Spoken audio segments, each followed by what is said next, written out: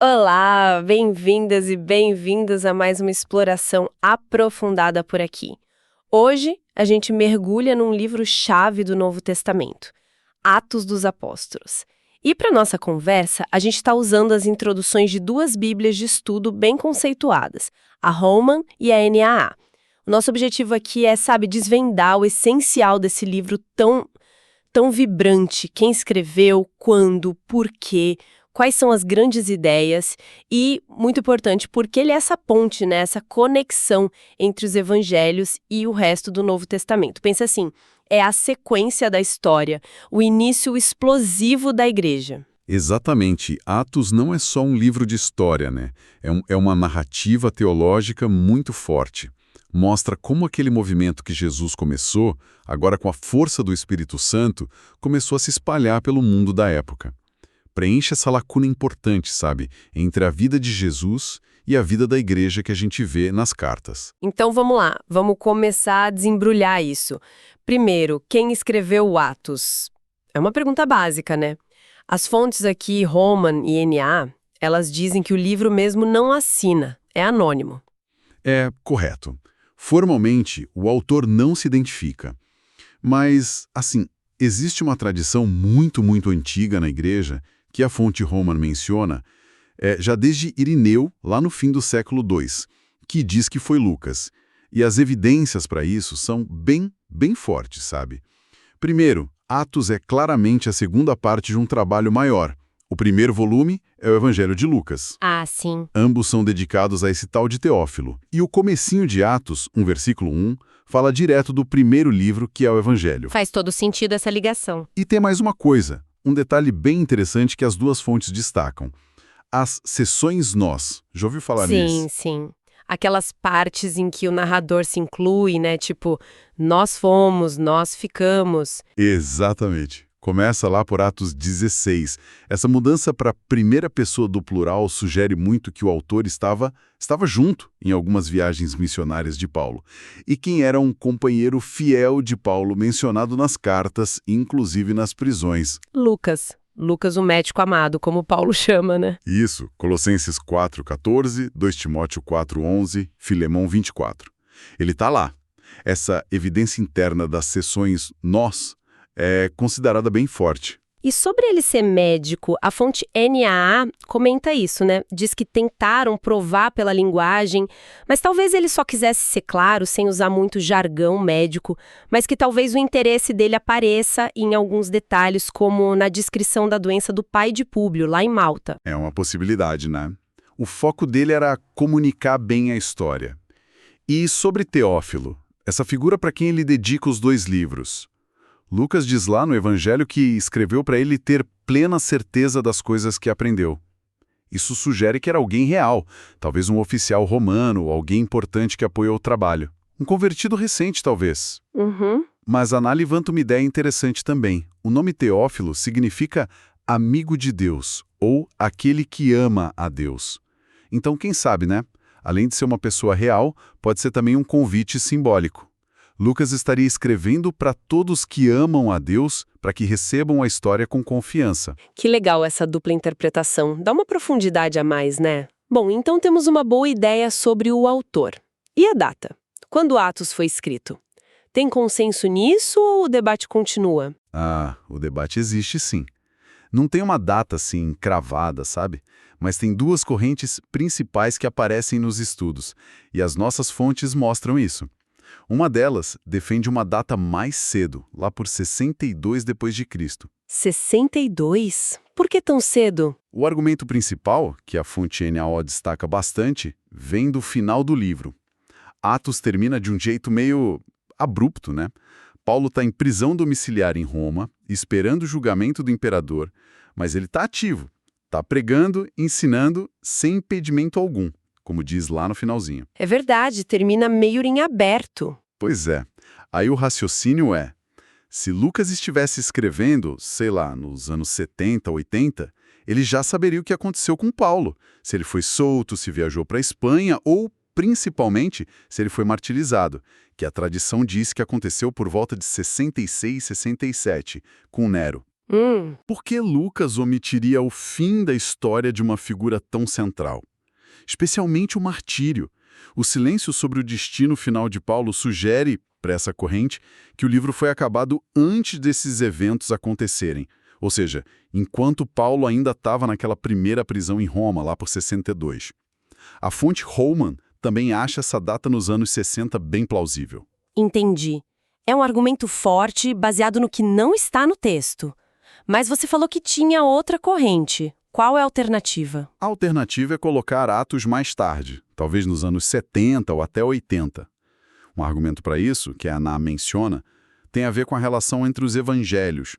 Se Lucas usou o evangelho de Marcos como fonte, e se Marcos foi escrito talvez no final dos anos 60... Ah, entendi. Aí Lucas teria que ter escrito depois e Atos depois ainda. Exato.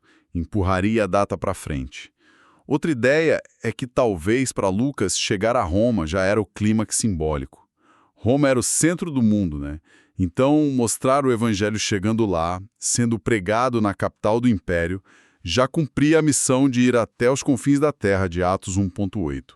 Nessa visão, o destino pessoal de Paulo não seria mais o foco principal para fechar a narrativa da expansão. Duas lógicas diferentes, né? Interessante como a interpretação do final do livro leva a datas tão distintas. Ok, já vimos o autor e a data. Agora vamos para o coração da coisa. O propósito. Por que Lucas escreveu Atos? Qual era a intenção dele? Olha, o propósito mais claro é o que ele mesmo diz lá no comecinho do Evangelho. Fazer uma exposição em ordem, um relato confiável dos fatos.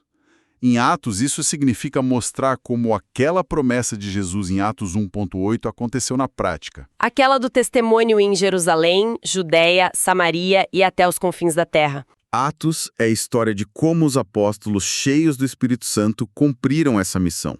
Começando em Jerusalém, expandindo para a região e, finalmente, chegando ao mundo gentil, simbolizado por Roma. É a crônica desse cumprimento. Mas não é só contar a história. Tem um propósito teológico e até apologético de defesa da fé muito forte. A fonte NAA bate muito nessa tecla. Lucas queria mostrar que o cristianismo não era uma seita qualquer, uma novidade perigosa. Certo. Ele queria mostrar que era, na verdade, o cumprimento das promessas de Deus lá no Antigo Testamento para Israel. Era a continuação do que o próprio Jesus fez e ensinou, agora através da igreja, pelo poder do Espírito. Mostrar essa raiz histórica, essa legitimidade, era super importante naquele mundo antigo. Faz todo sentido. Era uma forma de validar a mensagem. E para construir tudo isso, que temas ele mais usa? As fontes aqui destacam vários que ficam se repetindo, né? Sim, vários. E um deles é impossível não notar, o Espírito Santo. Ah, esse é central mesmo. Com certeza. Ambas as fontes colocam o Espírito quase como o diretor da cena, sabe? O protagonista por trás das cortinas. É ele que vem no Pentecostes e capacita todo mundo. É ele que guia as decisões importantes da igreja, tipo abrir a porta para os gentios. Ele fala pelos profetas, direciona os missionários, às vezes até impede de ir para um lugar para mandar para outro. Ele que dá energia para a missão toda. Atos poderia muito bem se chamar Atos do Espírito Santo. É uma ótima definição. E junto com o Espírito vem o testemunho, né? A marturia. Exato. A Naya enfatiza muito isso. Testemunhar é a atividade número 1 no livro. E é testemunho para todo tipo de gente. Judeu, gentio, samaritano, rico, pobre, autoridade, filósofo. E o centro desse testemunho é sempre Jesus, especialmente a ressurreição, certo? Sempre. A ressurreição é o pilar.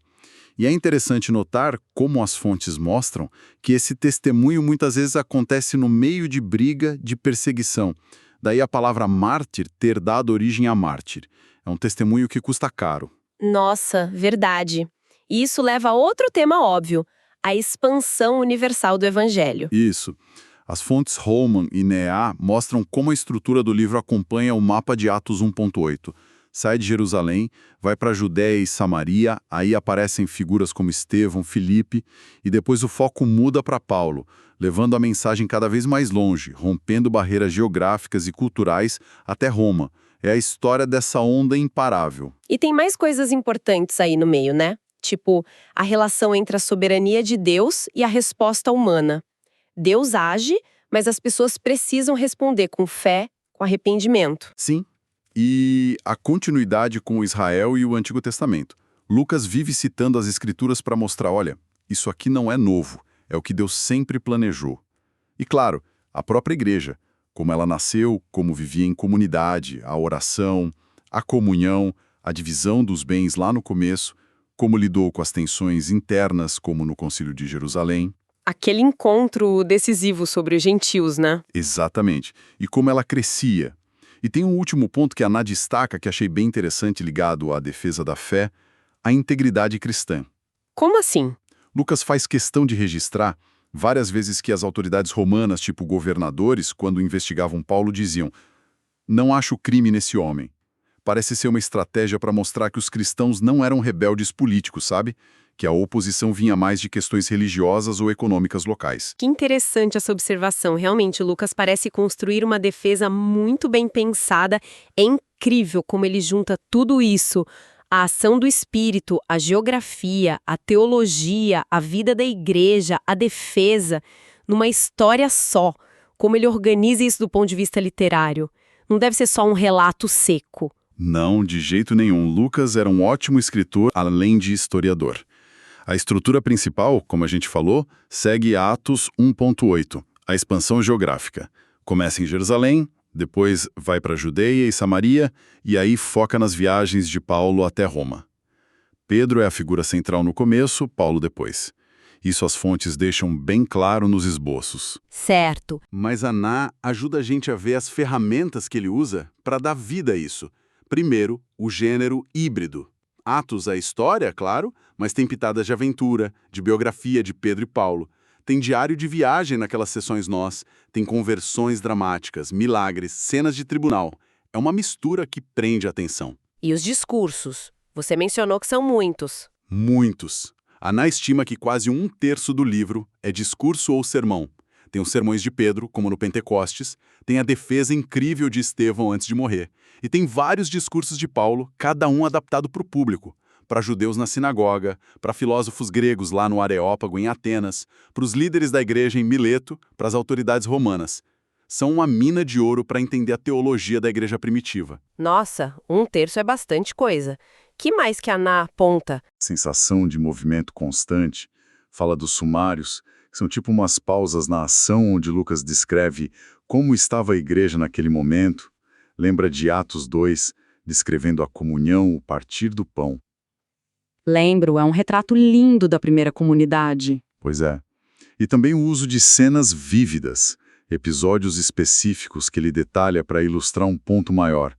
A cura do aleijado na porta do templo, a conversão do centurião Cornélio, a confusão lá em Éfeso por causa dos fabricantes de ídolos.